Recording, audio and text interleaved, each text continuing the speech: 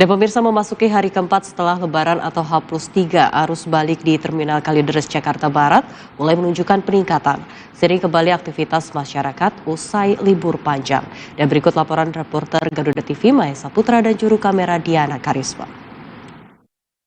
Dari Terminal Kalideres Jakarta Barat, di mana memang berdasarkan pantauan kami sejak tadi siang memasuki H+3 pasca Hari Raya Idul Fitri 1447 Hijriah, ini menunjukkan bagaimana Terminal Kalideres ini terpantau ramai, namun masih dikategorikan landai karena memang kami melihat bagaimana belum adanya lonjakan penumpang yang cukup membeludak di Terminal Kalideres, di mana biasanya memang ini terjadi pada puncak arus balik Lebaran.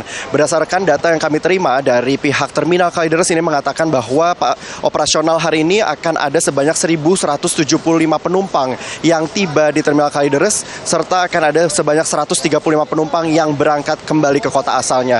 Ini menunjukkan bahwa memang arus balik ini sudah terjadi namun masih dalam batas normal. Mengingat bagaimana ini lebih banyak angka penumpang yang tiba di Jakarta dibandingkan yang berangkat kembali ke daerah masing-masing.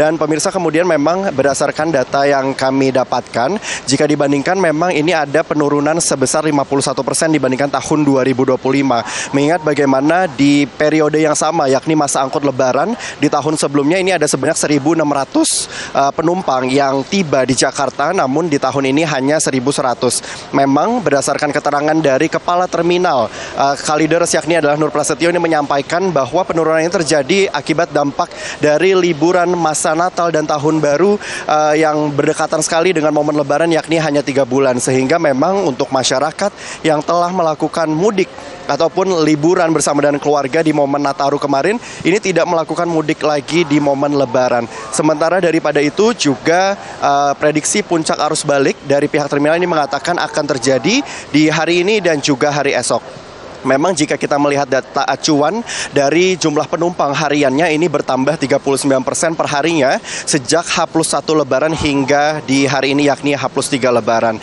Ini menunjukkan bagaimana memang setiap harinya ini ada peningkatan bagi penumpang yang tiba kembali di Jakarta dan juga yang ingin kembali ke kota asalnya.